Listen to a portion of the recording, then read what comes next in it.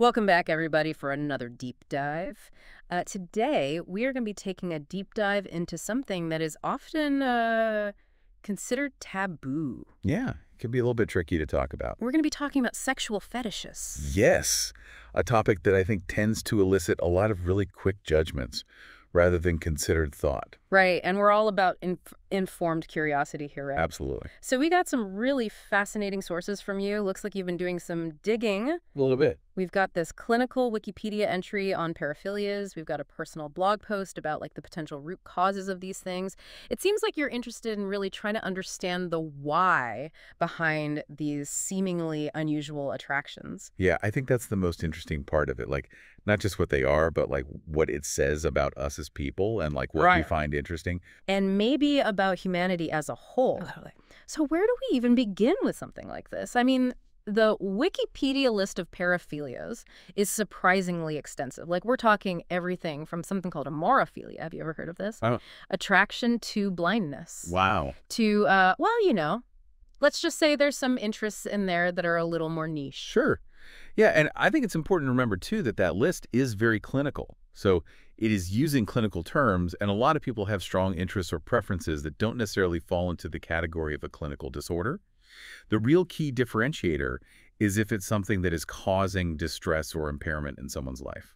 Okay, so just because someone has like a certain proclivity or they find a certain something or someone appealing doesn't mean that they have like a full-blown fetish. It's about the impact it has on their life. Exactly. Okay. And I think that leads to the question of like what drives those interests in the first place. Yeah.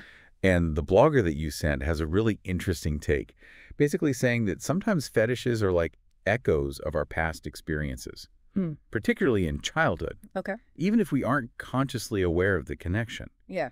So, for example, the blogger talks about how, like, a need for control in adulthood could potentially stem from someone having a very chaotic or unpredictable childhood. Interesting. Or how certain acts might be associated with receiving attention, even if that attention was negative or unwanted. Right. It's like these early experiences leave these fingerprints on our desires even years later. Yeah. And that actually kind of ties into some established scientific theories, too.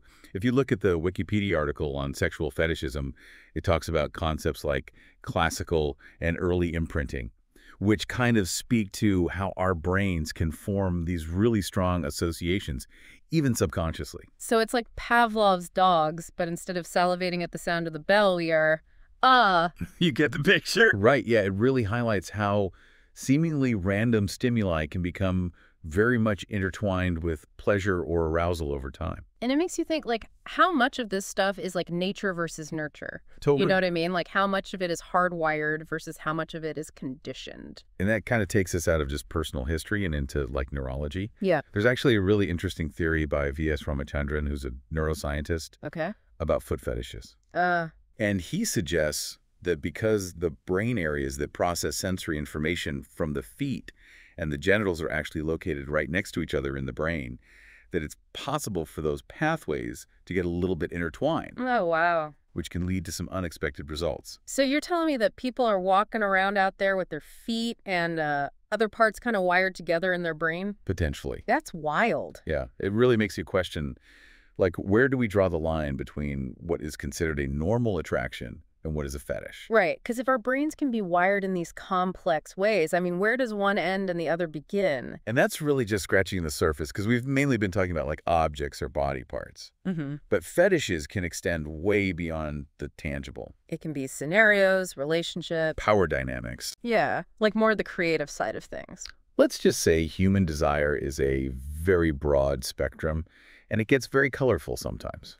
The Vice CE guide you sent really gets into some of these like less conventional interests. Right. And it's clear that, you know, fetishes can be about so much more than just like, I like this thing or I like this body part, you know. Absolutely. We're talking like power dynamics. Yeah, areas. it's the psychological space that that thing occupies that I think is really interesting. Yeah, and I feel like a lot of people don't really get that, you know, Totally. that it's not just about the object itself. Right, like take something like cuckolding. Oh, It's wow. not really about the act itself, but about this like web of emotions, like jealousy and control and even humiliation, all of which some people find erotic. Right, and I think that challenges a lot of people's assumptions about what desire even looks like. you know? Yeah, What might seem really perplexing to one person can be deeply meaningful to another person. exactly. And it kind of taps into something primal, Right. something that transcends like the It's everyday. like it bypasses all the filters and goes right to the source. Totally. And speaking of primal, the Vice guide also talks about findom, Uh-huh. which is fascinating. Yeah, and I'll be honest, I had to look that one up to Yeah. fully understand what was going on there. It's basically where arousal comes from, like financial submission. Right, like giving someone else complete control over your money. It's so interesting how something that we associate with like power and security Yeah. can become eroticized in that way. Right. And it makes you think like, okay, so if someone's into that, are they also into like really being into like a boss or something? Right. Or like, are they subconsciously recreating some dynamic from their childhood? Right. It Exactly. just brings up so many questions. And you start to see how these more like unconventional examples still kind of tie back to these like universal themes. Totally. Control, vulnerability, like the desire to kind of like break free from the mundane. Yeah. Even if we don't personally identify with these specific interests, like I think we can all kind of relate to at least like the root of it. Totally. Like we're all wired to crave a certain level of excitement, right? Yeah. Something that disrupts the ordinary. Right. It's like, how do you shake things up a little bit? Exactly. And for some people, that might mean trying a new restaurant. Mm. And for other people, it might mean, To play. there it is.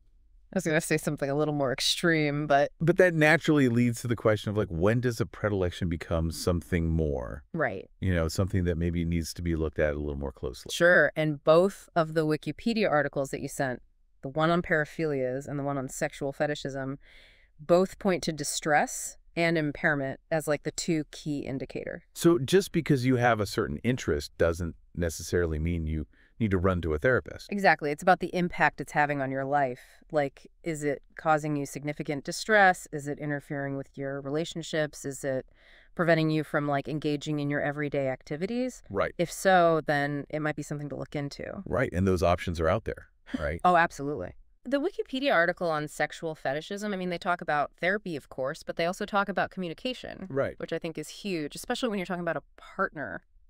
Yeah, because not all interests are, easily shared or understood. Right. And navigating those conversations requires a lot of honesty and vulnerability. And this is where I think the blog post is really valuable Okay. because it kind of emphasizes that even outside of like a clinical diagnosis, just the act of like exploring the why behind our desires can be really powerful. Yeah. Like you don't even necessarily need a therapist to kind of like start unpacking some of this stuff. Totally. You know? It can be a journey of self-discovery. Right. And the blogger talks about how like sometimes a fetish can even be like a coping mechanism. A way of like managing past trauma or like unmet needs. Okay.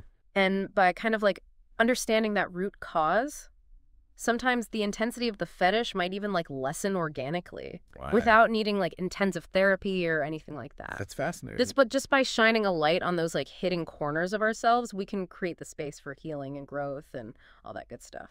It's about recognizing that our desires, even the ones that we might shy away from at first, can actually hold really valuable clues about who we are and what we've experienced. It's about getting to know ourselves on a deeper level. Exactly. And while I think we've done a good job of like exploring the theoretical side of things, I think now it's time to maybe circle back to some of those more, how shall we say, attention-grabbing examples. Because let's be honest, those are the ones that people are really curious about. Of course. While we won't delve into every extreme, the Vice Guide does mention something called sounding, which I'll admit, even I had to research further to fully understand. Let's just say it involves a level of, shall we say, internal exploration that most people wouldn't consider.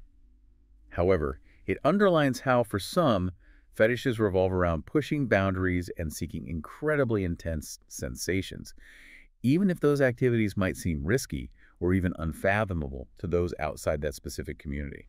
It's a great example of how diverse human desires can be. And since we're talking about pushing boundaries, we'd be remiss not to touch upon puppy play. This involves people dressing up as dogs, barking, fetching. It's like taking role-playing to a whole new level. And it taps into some intriguing psychological themes. For instance, the desire to shed the weight of responsibility, to be cared for, to perhaps even momentarily regress to a more primal instinctual state. It's not necessarily about literally being a dog, but about what that state of being represents: freedom from societal expectations, unwavering acceptance, pure sensory experience. It makes you realize that fetishes are often deeply symbolic, expressing something beyond the literal act or object.